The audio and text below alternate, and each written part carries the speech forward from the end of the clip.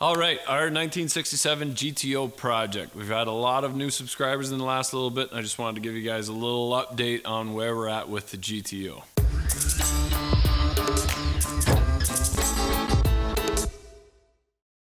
So our GTO, this is actually a shared project between Hoogie and I. So far it's been going really, really well. We bought this is a long project. We bought it as somebody else's project. We bought it in pieces, and luckily they tore it apart, but before they started screwing things up, we got our hands on it, started fixing it properly. We got a new frame for it, did all the body work to it, had new quarters put on by a body shop down in town there, did a fantastic job. But we kind of hit a roadblock, and there's a few reasons for that. I've done body work. I went to school for a little bit of it, just a side thing, like a weekend course.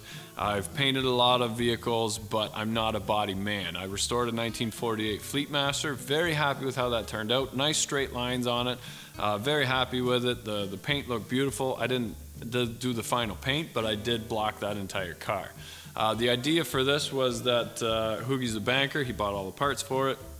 We kind of went halves on buying the car originally, and I was going to do all the work, and Hoogie was going to pay for the materials. And we were always under the assumption that we were going to get a body shop to block it and paint it, and there's a couple reasons for that.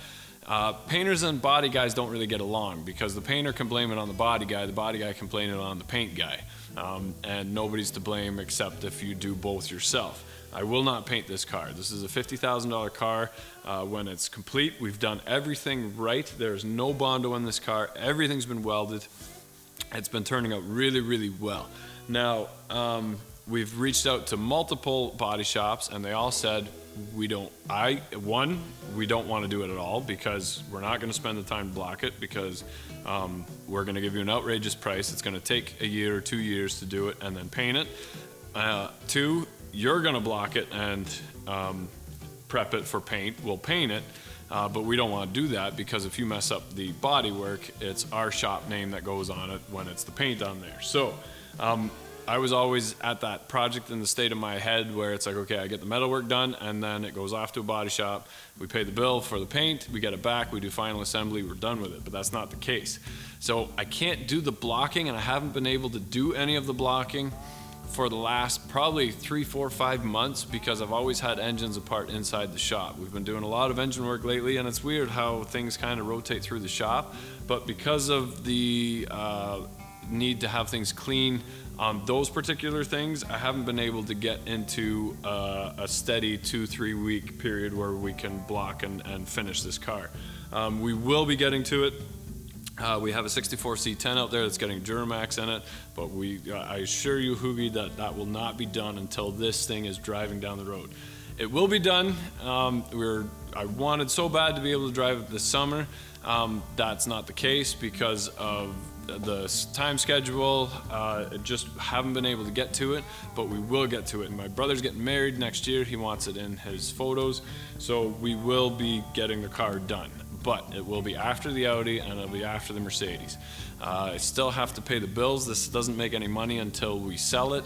We'll be driving it and enjoying it for a little bit, doing some photos and whatever else, the wedding stuff. And then we will be getting rid of this. This one will be for sale. But for now, I have to finish the other job. So if you're wondering on the next update on the GTO, it probably won't be until the new year, but unfortunately, that's the way things go. I also have a family, 2 young girls, so I'm in the house with them when they're home and awake. Go back in the shop at night, but gotta pay the bills, and this is not one of them. It's still an awesome car.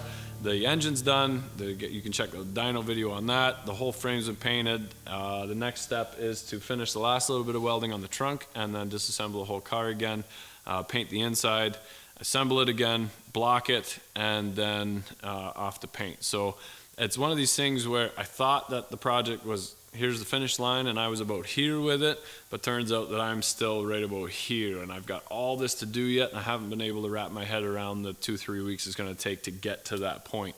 Don't worry, it's a beautiful car, worth a pretty penny, and it will get done. It's just going to be probably later this winter. So thanks for watching. Check out the whole series on it and how we went about it. It was actually in pieces when we already owned this before the YouTube channel even started. So Sorry, Hoogie, for taking so long, but thanks for putting up with me. And he's okay with it because he just wants to drive the Audi, and he says, all right, I understand. So I think, anyway, did he tell me that, or did I dream that? Anyway, I think we're cool. So thanks for watching. Subscribe. Lots of cool stuff going on. Besides that, more engine swaps. We got a 3.3 Cummins going in an Escalade with a 5-speed. The Audi is going to be something completely ridiculous. Can't wait to go to Florida and try that thing out. And yeah, lots of other cool stuff in the works too yet. So thanks for watching. Here we go. You're watching? You're watching? You're watching. You're watching. You guys are watching? You're watching. What? The Boss Garage. Subscribe.